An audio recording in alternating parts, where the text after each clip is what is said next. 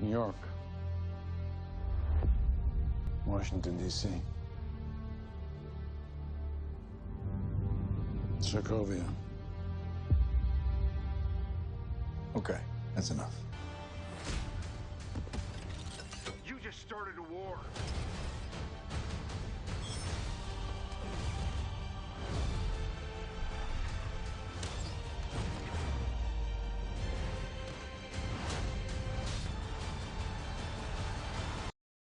(1991년 12월 16일) 하이드라는 버키 반지를 이용하기 위해 냉동되어 있던 그를 해동시킨다. 전작처럼 기억이 지워진 버키에게 한 하이드라 간부가 별이 그려진 붉은 노트에 쓰여진 암호 코드를 차례차례 열거해 버키가 자신의 부하라는 암시를 걸어서 단단히 세뇌시켜버린다.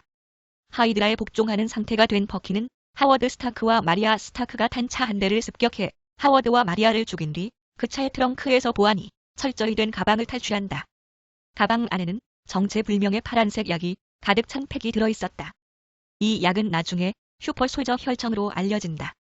현재 뉴 어벤져스는 캡틴 아메리카 이하 캡틴을 리더로 삼아 새로운 임무를 수행 중이다. 그 임무는 나이지리아의 라고스에서 크로스본즈의 생화학 무기 탈취를 막아내는 것.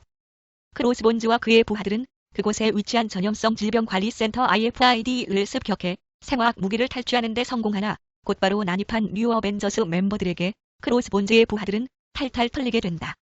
뉴 어벤져스가 자신을 추격해온 걸 알아챈 크로스본즈는 생화학 무기를 부하에게 넘긴 뒤 강화복을 입은 상태로 홀로 캡틴 아메리카에게 덤벼든다. 먼저 폭탄을 캡틴 아메리카의 방패에 부착해 이에 캡틴 아메리카가 폭발에 휘말리지 않기 위해 들고 있던 방패를 급히 공중으로 던지게 하여 방패를 캡틴에게서 떨구게 해놓고 뒤에서 기습으로 한 대 선방치고 나서 캡틴에게 여기 있었군. 이 개자식아. 이 날만을 기다렸다. 라고 말한다.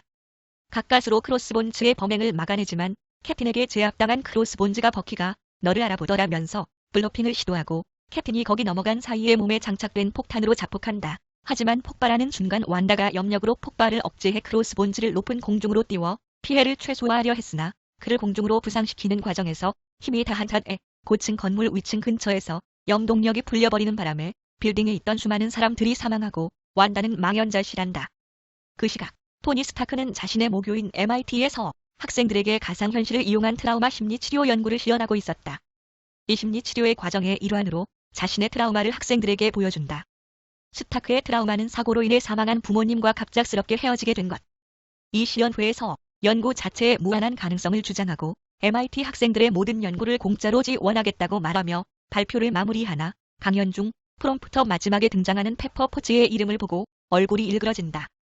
원래 페퍼가 마지막으로 연설할 계획이었지만 아이언맨 3 이후에도 다사다난했던 스타크 때문에 페퍼와 소원해진 탓으로 페퍼가 자신의 연설을 취소했던 것임이 대학 강연 개최 관계자와의 대화에서 드러난다. 발표를 마친 스타크는 부모님에 대한 트라우마, 페퍼와의 관계, 소코비아 사태에 대한 죄책감으로 괴로워하던 중 한 여성과 조한다. 그녀는 국무부 소속 직원으로 소코비아 사태 때 무고하게 희생된 자신의 아들의 얘기를 꺼내고 자기 아들의 복수는 누가 해주냐고 하면서 스타크를 비난하고 떠난다. 시점이 바뀌고 클리블랜드에 위치한 한 집에서 어떤 남자가 불안에 떨고 있는데 갑자기 다른 남자가 교통사고를 내고 안절부절하다가 집안에서 인기척을 느끼고 다가와 경찰에 전화하지 말고 자기들끼리 합의하자며 차 주인의 집 문을 두드린다. 차주가 문을 열자마 그 남자는 차주를 때려 눕혀 기절시키고 차주는 싱크대 위에 천장에 거꾸로 매달린 상태가 된 채로 의식을 되찾는다. 의문의 남자는 싱크대에 물을 틀고 집 안쪽 벽에 구멍을 뚫어 1991년 하이드라가 버키에게 읽어주었던 별이 그려진 붉은 노트를 챙긴다. 차주는 과거 소련군 출신의 하이드라 요원인 바실리 카르포프로 의문의 남자는 카르포프에게서 1991년 12월 16일 버키가 수행한 작전 보고서에 대해 알아내려 했으나 그는 끝까지 입을 열지 않았고 결국 의문의 남자는 싱크대에 수도꼭지를 물이 넘칠 정도로 틀어 카르포프의 코와 입이 물에 잠기게 만들고 자리를 뜬다. 코와 입에 완전히 물에 잠기기 직전 카르포프가 마지막으로 남긴 말은 헤일 하이드라. 그렇게 유언을 남긴 카르포프는 결국 싱크대에 물에 코와 입이 잠긴 채 익사하고 만다. 어벤져스는 국무부 장관이 된 썬더볼트 로스 장군과 만나고 로스는 뉴 어벤져스의 임무 도중 와칸다의 사절단을 비롯한 많은 사람들이 죽은 사건 때문에 여론의 어벤져스에 대한 부정적 감정이 한계점에 이르렀음을 알린다. 이미 헐크의 난동, 외계인 병력의 침입, 9S.H.I.2.L의 헬리캐리어 사건 등으로 인해 부정여론은 형성되고 있었고 울트론이 일으킨 소코비아, 사태 18 등으로 점점 악화되었으며 이번 와칸다 사절 사망의 기폭제가 된 것. 로스는 유엔에서 어벤져스의 통제를 위해 소코비아 협정을 제시하였고 117개국에서 이 협정에 동의하였음을 알린다. 어벤져스를 유엔 산하에 두고 유엔의 허가가 내려질 때에만 움직이도록 한다는 게 협의문의 골자. 남은 어벤져스 사이에서 협정을 따를 것인지에 대해 의견 충돌이 일어나기 시작한 바. 그 와중에 침묵을 지키던 스타크. 캡틴은 그가 침묵을 지키는 이유가 이미 스타크가 마음을 정했기 때문이라고 한다. 그의 스타크는 자신을 너무 잘 안다고 대답하며 동의한다. 스타크가 한 남자의 사진을 띄우며 인텔에 입사 예정이었던 우수한 학생 한 명을 소개한다. 그는 바로 작중 초반 스타크를 비난했던 여성의 아들이었으며 소코비아로 봉사를 하기 위해 갔다가 소코비아 사태로 희생된 것을 밝혀진다. 이에 스타크는 어벤져스 일원들에게 우리에게는 통제가 필요하다고 주장하며 어벤져스는 전 세계가 부르기 전까지 잠시 기다려야 한다. 는 내용의 소코비아 협정에 서명할 것을 제안한다. 하지만 캡틴은 이에 반대하며 유엔이 제시한 안건에 어벤져스가 서명하면 어벤져스는 유명무실한 조직이 되고 해체된 것과 마찬가지라는 의견을 필력한다. 이러한 둘의 의견 차이로 인해 결국 캡틴과 스타크와의 미묘한 대립 관계가 형성된다. 토론 중 패기 카터의 사망 문자가 캡틴에게 도착하고 캡틴은 급하게 패기의 장례식에 간다. 런던의 장례식에서 샤론 카터가 패기의 조카였음을 알게 되고 그녀에게서 패기가 자주 했던 말인 다른 사람들이 모두 그것이 옳다고 하더라도 자신이 나아가야 할 길이 다른 것이라면 그 길을 나아가야 한다. 라는 말을 듣는다. 이 말에 자신감을 얻은 캡틴은 소코비아 협의문에는 동의할 수 없다는 결론을 낸다. 결국 소코비아 협의문은 어벤져스 멤버 전원의 동의를 얻지 못했기 때문에 아이언맨, 워머신, 블랙 위도우, 비전의 동의만 받아낸 상태가 된다. 빈에서 열린 유엔 회의장의 협정 찬성 측 대표로 블랙 위도우가 참석하고 여기서 블랙 위도우는 와칸다의 트차카 국왕과 그의 아들 트찰라 왕자와 통성명을 한다. 회의가 트차카 국왕의 연설로 진행되고 있던 순간 갑자기 폭탄 테러가 발생하고 트찰라가 이를 먼저 알아차리고 모두 엎드리라고 외치며 아버지에게 달려가지만 폭발이 먼저 트차카를 덮친다.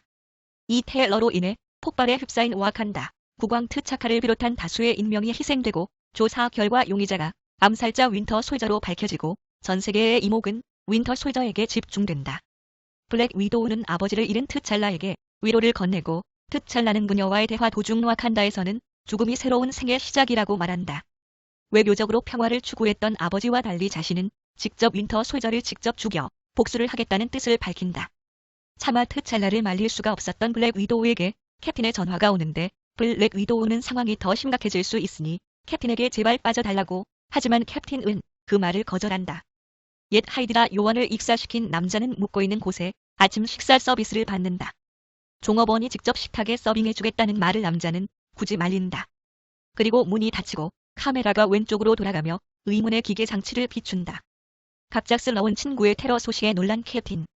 캡틴을 돕기 위한 샤론의 정보 누설 덕분에 윈터 솔저, 즉 자신의 절친, 버키 반지를 찾는 데 성공한다. 버키는 캡틴에게 폭탄 테러가 자신의 소행이 아님을 밝히고 자신은 워싱턴 DC 사건 이후로 살인을 저지르지 않는다고 얘기한다. 이어서 버키를 잡으러 온 독일 특수부대원들로부터 도망치기 위해가 방을 들고 도주를 시도한다.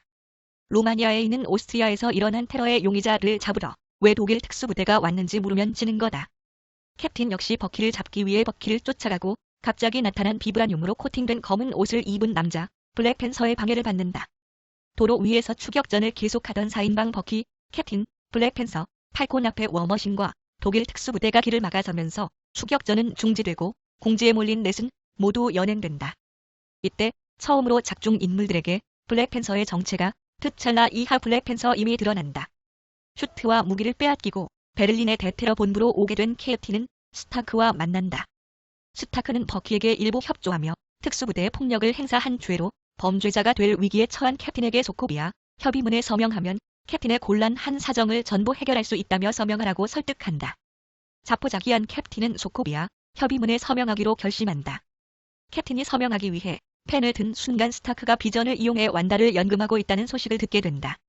연금의 이유를 묻는 캡틴에게 스타크는 완다는 대량살상 병기고 대량살상 병기한테는 비자가 없으니 자신이 보호하고 있다는 식으로 말하며 완다를 완전히 통제되어야 할 위험 요소로만 취급하는 모습을 보인다. 이러한 스타크의 얘기로 인해 캡틴은 결국 서명을 거부하고 만다. 체포된 버키는 자신의 기계파를 포함한 전신이 묶인 상태로 정신과 의사에게 치료를 받게 된다. 스포일러 3 서명을 거부했던 캡틴은 이 모습을 지켜본다. 그 와중에 캡틴은 어째서 대테러 본부가 버키의 모습을 대중에게 공개했는지 의문을 갖게 되고 이번 영화에서 의 버키가 어쩐지 살이 좀 붙어서 공개된 화면 속 모습이 지금보다 슬림해서 눈치챈 게 아니냐는 드립도 있는데 어쩐지 신빙성이 있다. 어쩌면 일부러 전 세계가 버키를 노리게 만들어 잡혀오도록 하려는 계획이 아니었을지 의심하게 된다. 그리고 그 계획으로 이득을 얻을 사람을 생각하다 화면 속 버키와 독대 중인 정신과 의사를 보게 되는데 그때 자기 정전이 일어나게 되고 정전을 일으킨 정체불명의 남자는 붉은 노트에 쓰인 암호를 이용해 버키를 다시 작중 초반부의 1991년 시베리아 연구시 설때처럼 세뇌시키는 데 성공. 상황을 지켜보고 있던 캡틴은 정전이 되자 바로 버키에게 뛰어갔지만 주변은 이미 버키에게 당해 쓰러져 있는 사람들이 있었고 정신과 의사로 위장한 남자가 도와달라고 구조를 요청하지만 그의 의심스러운 구석이 한두 군데가 아니었기에 캡틴은 그 남자를 붙잡아서 정체와 목적을 묻는다. 하지만 캡틴에게 돌아온 그 의사의 대답은 제국의 붕괴라는 영문 모를 말이었다. 하지만 세뇌당한 버키가 난동을 부리는 바람에 그를 놓치게 되고 세뇌당한 버키는 스타크, 블랙 위도우, 샤론 카터, 블랙팬서와의 격투를 벌이고 혼란을 틈타 도망친다. 버키는 헬기를 타고 본부를 떠나려 시도하지만 헬기를 붙잡아 추락시킨 캡틴의 방해로 도망에 실패하고 기절한다. 본인은 서명을 거부했고 버키는 또다시 문제를 일으켰기에 캡틴은 본부에 남지 않고 기절한 버키를 데리고 팔콘과 함께 잠적한다.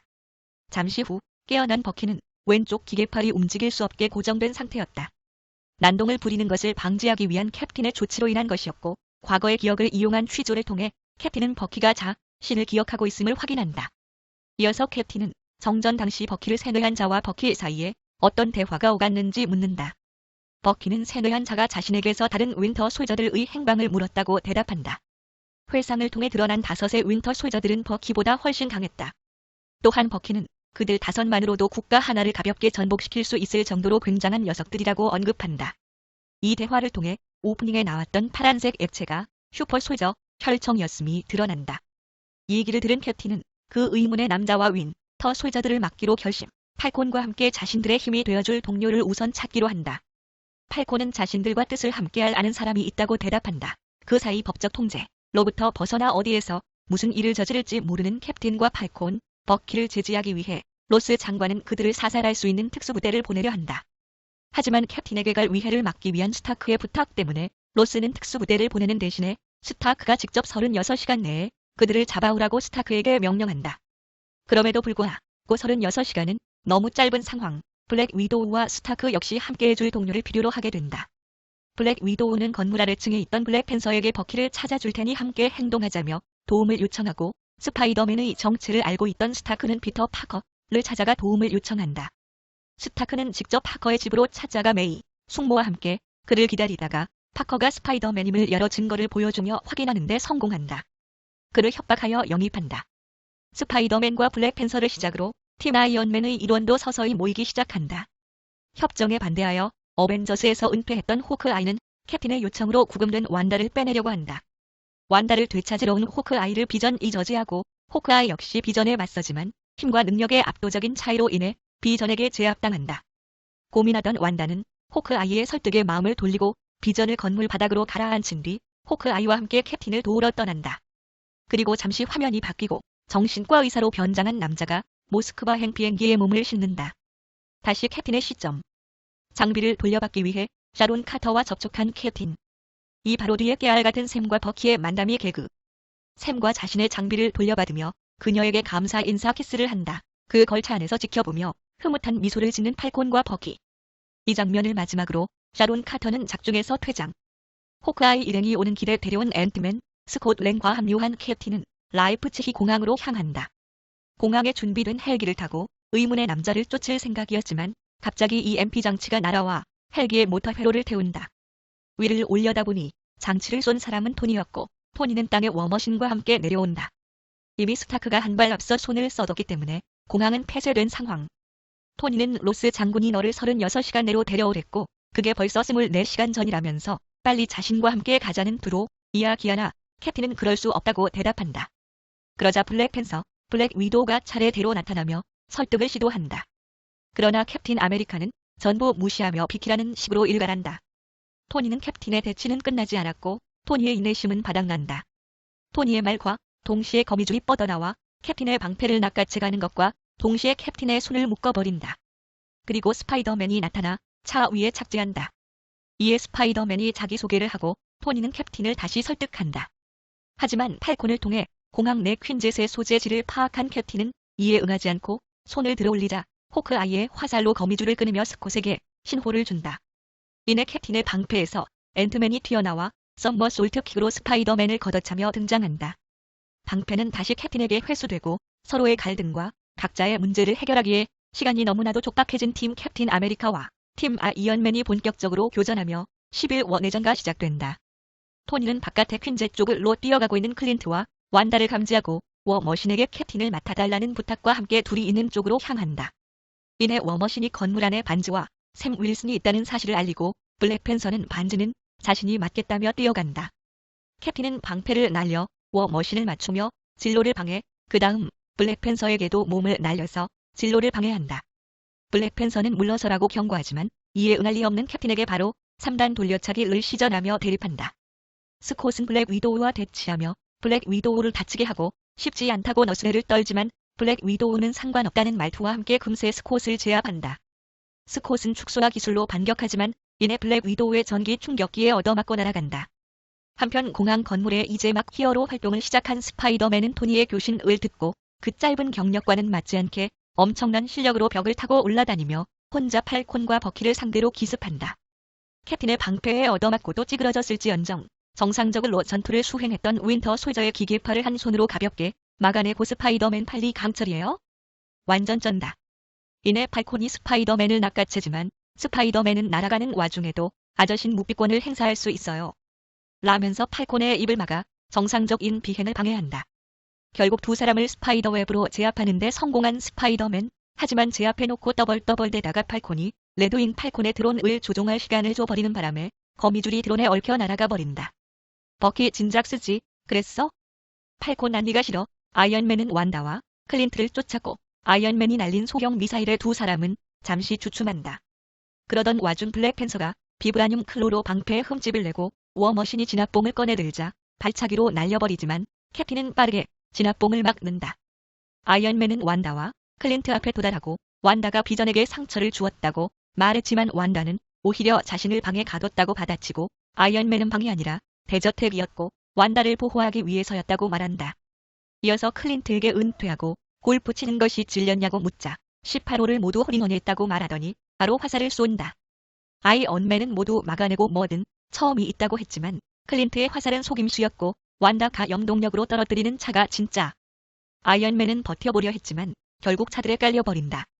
앤트맨은 블랙팬서와 워머신을 상대로 싸우는 캡틴 아메리카에게 달려가 축소된 트럭을 던지고 거대화시키는 콤비 플레이를 보여준다.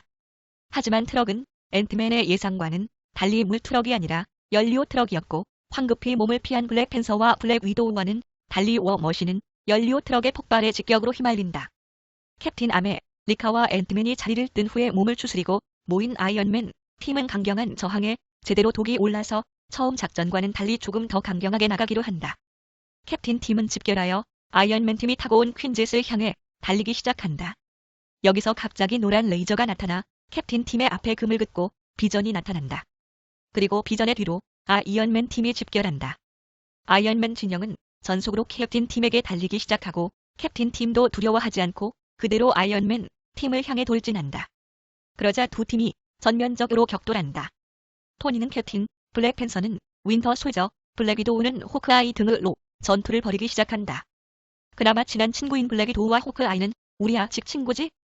라는 블랙 위도우의 질문에 호크아이가 씩 웃으며 네가 날 얼마나 세게 때리냐에 달렸지라는 만담까지 할 정도로 서로 봐주면서 싸웠지만 버키는 트찰라에게 난 당신 아버지를 죽이지 않았다고 말해보지만 그럼 왜 도망쳤냐는 블랙팬서의 질문에 답하지 못하고 블랙팬서의 격투에 의해 나가떨어진다. 블랙팬서가 비브라늄 클로를 꺼내들어 윈터 솔저의 숨통을 끊으려던 순간 완다의 영동력에 실패하고 공항 컨테이너에 처박힌다. 캡틴은 거미줄을 타는 스파이더맨을 방패로 진로를 차단한 후 스파이더맨을 상대하기 시작한다. 초반엔 토니의 충고를 들은 스파이더맨에 의해 한 방 먹었으나 후에는 스파이디의 힘을 역이용해 반격하는 데 성공한다. 한편 팔콘을 쫓고 있던 아이언맨을 향해 호크아이는 앤트맨이 타고 있는 화살을 아이언맨에게 조준하고 여러 대 발사한다. 토니도 일제히 리펄서 건을 발사해 이르리 화살을 폭파시켰지만 이미 앤트맨이 기회를 잡아 아이언맨 수트 내부에 침투한 후였고 왼쪽 팔의 리펄서 건을 손상시키고 있었다. 다행히 토니는 슈트 내부에 소화기 시스템을 깔아둔 덕분에 앤트맨을 밖으로 간단히 내보냈다. 격전이 진행되던 동안 버키는 캡틴에게 제모가 벌써 하이드라의 슈퍼솔저가 있는 시베리아에 벌써 도착했을 거라고 말한다. 하지만 팔콘은 무전으로 버키, 캡틴 둘 다 퀸젯에 빨리 탑승하라고 연락한다. 무전을 들은 캡틴은 씁쓸해하고 팔콘에게 작전이 뭐냐고 묻는다. 팔콘이 양동 작전이 필요하다면 무언가 큰 것이 필요하다고 말한다. 그리고 그때 스콧, 앤트맨이 자신이 큰 것이 있다고 응한다. 내가 짱이다를 되풀이하며 앤트맨은 워머신에 올라타 패드의 거대화 시스템을 발동시켜 거대화하여 워머신을 붙잡는다. 이에 붙잡힌 워머신과 아이언맨 팀은 당황한다. 이는 스티브와 버키도 마찬가지. 잠깐 멍하게 바라보다가 적의 신호임을 알아차린 캡틴과 윈터 솔저는 퀸젯이 있는 쪽으로 서둘러 발걸음을 옮긴다. 이를 포착한 블랙팬서가 저지하기 위해 달려가지만 거대화한 앤트맨에 가로막혀 어쩔 줄 몰라 한다. 다행히 스파이더맨과 워머신이 앤트맨을 상대하러 지원해준 덕분에 캡틴 쪽으로 달려가려 하나 이번엔 호크아이가 블랙팬서 앞을 가로막는다. 싸움이 진행되는 동안 비전은 앤트맨을 그대로 통과해 캡틴이 퀸젯에 가지 못하도록 관제탑을 부수지만 완다가 천장 부분이 부서지는 걸 막아낸다. 한편 앤트맨의 격투가 계속하던 스파이더맨은 한 가지 묘수를 짜낸다. 저기요. 진짜 옛날 영화인데 알아요? 제국의 역습이라고. 주인공이 얼음 행성에 갔을 때 걸어다니는 기계들 나오는 장면.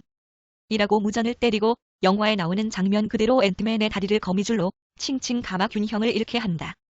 토니와 워머신의 합동 어퍼컷으로 곧 앤트맨이 쓰러지나 그 몸에 매달려서 환호하던 스파이더맨은 한눈을 팔던 사이 앤트맨의 팔에 부딪혀 멀리 날아가 바닥에 처박혔다. 이후 바닥에 뻗어 있다가 이제 돌아가라는 토니의 말에 더 싸울 수 있어요. 라고 하다가 옆구리를 부여잡고 아뇨, 못 싸우겠어요. 하면서 드러눕는다. 블랙팬서는 이륙하려는 퀸젯을 쫓아왔으나 변심한 블랙 위도우의 방해로 놓치고 만다.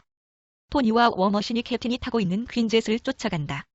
워머신은 비전에게 팔콘의 동력부를 맞추라고 지시했고 비전은 그에 응해 팔콘에게 빔을 쐈지만 이를 인지한 팔콘이 전편에서처럼 날개를 접고 잽싸게 피하자 그 빔은 본의 아니게 사선상에 있던 워머신의 아크 리액터를 스치고 지나갔고 워머신은 동력을 잃고 추락하기 시작한다. 워머신의 추락을 발견한 토니는 퀸젯을 쫓는 것을 멈추고 로디를 구하기 위해 하강하고 적팀이었던 팔콘마저 쫓아가지만 이미 때는 늦은 뒤라 워머신은 지상의 직격으로 추락한다. 슈트덕의 직사는 면했으나 로디는 기절하였고 미안하다는 팔콘에게 토니는 분풀이로 그에게 리펄서 건을 쏘고 뒤로 당황한 비전을 허망하게 쳐다보면서 전투는 끝이 난다. 로드는 척추가 크게 손상되는 부상을 입어 다시는 걸을 수 없는 몸이 되고 캡틴과 버키를 제외한 팀 캡틴 아메리카의 일원들은 전부 해상교도소 레프트에 수감된다. 이 수중교도소에 팀 캡틴 아메리카의 일원들을 수감하는 것은 로스 장관의 독단이었다. 정신과 의사로 변장했던 남자는 모스크바를 거쳐 오이мя콘에 도착하고 아까 묵었던 숙소에 전화를 해서 일부러 받을 필요가 없는 아침 식사를 받겠다고 한다. 아무도 없는 것에 의문을 느끼고 들어온 종업원은 욕실에서 시체를 발견하고 비명을 지른다. 그때 남자는 설 상차를 타고 윈터 솔저들이 보관된 하이드라 연구시설 앞에 나타나고 세뇌 코드 말고도 연구시설을 단독으로 여는 방법이 기록된 붉은 공책을 이용해 연구시설 내부로 들어와 냉동된 5명의 윈터 솔저들과 대면하게 된다. 블랙팬서가 로스 장관에게 사건 경위를 보고하고 스타크에게 내가 이중 스파이 짓을 해서 널 잡으러 오고 있다는 경고 섞인 비아냥을 들은 블랙 위도우는 본부를 떠난다. 스타크는 프라이데이에게 사건의 진상을 보고받게 되고 해상교도소에서 전 어벤져스 동료들, 팀 캡틴 아메리카의 일원들과 만난다. 이 해상교도소에서 스타크는 무기력하게 전신이 구속복이 입혀진 채로 갇혀있는 완다, 스타크에게 빈정대며 일가라는 호크아이, 누군지 모르는 스콧 랭, 팔콘과 만난다. 스타크는 준비해둔 장치로 오디오 장비를 마비시킨 후 몰래 팔콘에게 자신이 사건의 진상을 알았음을 말하고 캡틴의 장소를 알려줄 것을 부탁한다. 반신반의한 팔콘은 스타크를 신뢰하기로 결정했는지 캡틴의 친구로서 혼자 캡틴을 찾아가라는 조건으로 위치를 알려준다. 이때 사건의 흑막이었던 인물, 제모의 배경이 설명된다.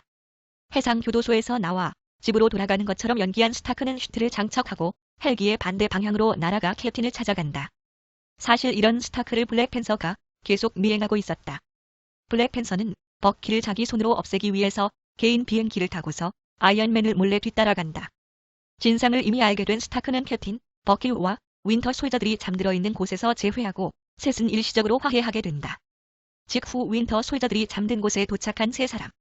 하지만 그들 앞에 벌어진 광경은 예상과 다르게 총살당한 윈터 솔저들의 모습이었다. 곧이어 제모가 방공 쉘터 안에서 모습을 드러낸다. 그는 캡틴과 여러 차례의 대화 이후 토니와 캡틴, 버키에게 한 영상을 보여주는데 그 영상은 다름 아닌 1991년 12월 16일에 버키가 슈퍼솔저 혈청을 빼돌릴 당시의 CCTV 영상이었다. 영상의 내용은 세뇌당한 버키가 토니 스타크의 부모님인 하워드 스타크, 마리아 스타크를 교통사고로 위장해 잔인하게 살해하는 것이었다. 말 그대로 차마 눈뜨고 볼 수 없는 끔찍한 과정이 드러나는데 버키가 사고 난 차 밖으로 기어나온 하워드의 머리채를 붙잡고 기계팔로 그의 머리를 여러 차례 가격해 하워드를 살해한 뒤 그의 시신을 운전석으로 옮기고는 곧바로 조수석으로 빙 돌아가 남편의 죽음으로 공포에 질린 마리아의 목을 조르는 장면이었다. 캡틴은 암살당한 것은 알고 있는지라 할 수 없이 그래라고 답변하고 토니는 쓴웃음을 짓더니 곧바로 캡틴의 뺨을 후려쳐 날려버린다. 토니의 부모님이 사고가 아닌 암살로 인해 사망한 것을 알고 있었음에도 그에게 얘기하지 않은 것은 캡틴은 토니를 배려했다고 생각했지만 사실상 토니 스타크에 대한 최대의 배신이었다. 결국 캡틴, 버키와 스타크의 작중 갈등이 최고조에 도달. 결국 스타크가 버키를 죽일 각오로 공격하기 시작한다. 버키는 자신을 보호, 캡틴은 버키를 구하기 위해 싸우기 시작하며 11월의 두 번째 전투가 시작된다. 토니는 버키를 추격하여 살심 가득한 미사일 세례를 퍼붓고 캡틴은 이를 말리며 버키에게 건물 통풍구로 도주시킨다. 아이언맨 슈트가 부서지기 시작하며 비행 기능, 자동 조준 기능 등의 여러 기능들이 사용 불능 상태가 되어도 스타크는 자신이 직접 수동으로 조종해 버키를 맞추려 하는 등 자신을 버려가며 버키를 집요하게 죽이려 한다. 결국 토니의 공격에 통풍구가 붕괴되고 결국 셋은 다시 바닥으로 추락한다.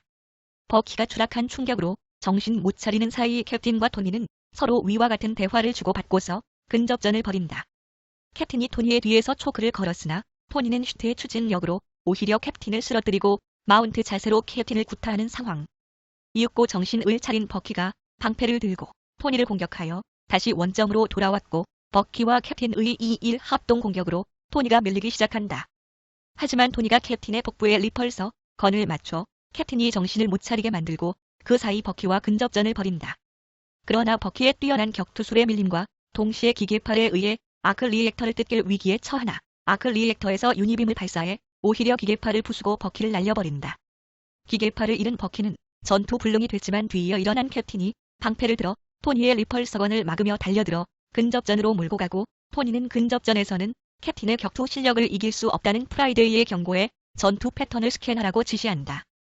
스캔이 끝나고 패턴을 파악한 토니는 역으로 반격해 이윽고 캡틴까지 쓰러뜨린다. 토니는 캡틴의 버키를 지키려는 이유를 추궁하고 캡틴에게 리펄서 건을 들이대며 마지막이라며 경고한다. 하지만 포기할 줄 모르는 캡틴은 후들거리면서도 일어나 하루 종일 할 수도 있어라는 대사를 날리고 토니가 결정타로 리펄서 건을 발사하려는 순간 버키가 토니의 발목을 잡자 토니는 버키를 걷어차 버린다. 그 순간 캡틴이 토니의 빈틈을 타 토니를 쓰러뜨려 마운드 포지션으로 두들겨 패고 방패로 토니의 헬멧을 벗긴다. 토니는 캡틴이 자신의 머리를 찍어 자기를 죽일 것이라 생각하고 손으로 얼굴을 가리지만 캡틴은 머리가 아닌 아크 리액터를 내리찍었고 슈트의 기능을 정지시켜 무력화시키기만 한다. 캡틴은 겨우 정신 차린 버키를 부축하고 나가지만 토니는 캡틴에게 비난을 퍼붓는다. 그리고는 캡틴 아메리카라는 영웅은 방패를 버림과 동시에 자신의 명성을 버리고 인간 스티브 로저스로 돌아와 버키를 부축하며 사라진다. 진짜 정의를 위해서라면 캡틴 아메리카를 버릴 수 있다는 의미. 결국 어벤져스 1원 모두에게 상처만을 남긴 11원은 셋의 싸움을 마지막으로 마무리되었다. 한편 모든 것을 계획했던 헬무트 제모의 뒤로 블랙팬서가 엉뚱한 사람을 죽일 뻔했다고 말하며 나타난다. 아버지의 진짜 원수를 죽이기 전에 특찰나는 제모에게서 사건을 계획했던 이유, 11워가 발생한 근본적인 이유를 듣게 된다. 제모라는 이 남자는 소코비아 사태 때 그의 아버지, 아내와 아들을 잃은 피해자였다. 어벤져스의 잘못된 판단으로 자신의 가족을 포함한 모든 것을 잃은 그는 어벤져스의 복수를 계획했다고 한다. 하지만 자신의 능력으로는 인간을 넘어선 능력을 가진 어벤져스를 이길 수 없다고 판단했다. 이로 인해 제모는 그들이 스스로의 힘으로 서로 싸우게 만들어 공멸하도록 유도한 것이라고 자백한다. 블랙팬서는 이런 복수극의 전말을 듣고 여태까지의 싸움, 증오의 연쇄를 상징하는 11워의 무의미함을 깨닫는다. 더 이상 복수를 하지 않기로 결심하고 제모를 죽이려고 꺼내뒀던 블랙팬서, 슈트의 손톱을 다시 수납한다. 제모 자신의 한을 풀었다는 듯 권총 자살을 시도하지만 블랙팬서는 산자들의 심판을 받아야 한다. 라고 하며 제모의 자살을 제지하고 그를 제압한다. 사건 이후 제모는 베를린 대테러 본부의 감옥에 갇히게 되고 에버렛 로스가 너의 계획은 실패했다며 조롱하지만 제모는 그의 말에 실패했을까? 라고 대답하며 자신의 승리를 확신한다. 어벤져스 본부로 돌아온 스타크는 하반신이 마비되어 보조기구를 장착한 로드의 재활 훈련을 도와준다. 무에서 몸 전체를 만드는 헬렌 조이 치료 기술은 어디 가고 그때 택배를 받게 된다. 택배의 내용물은 바로 캡틴이 보낸 편지. 자신의 심정을 편지에 담아 스타크에게 사과한 캡틴은 도움이 필요하면 언제든 찾아가겠다며 휴대폰을 동봉한 택배를 보냈다. 토니가 캡틴의 편지를 읽는 동안 해상교도소의 보안이 뚫리고 스타크는 로스 장관의 지원 요청 전화를 받지만 쿨하게 무시해버린다. 이후 해상교도소에 갇힌 뉴 어벤져스 멤버들을 탈출시키기 위해 나타난 캡틴의 모습을 끝으로 영화는 막을 내린다. 그 영상을 보고 부모님의 죽음에 관한 모든 진실을 알게 되어 주체할 수 없을 정도로 분노한 스타크는 잔뜩 격앙된 목소리로 스티브에게 이 사실을 알고 있었는지 묻는다.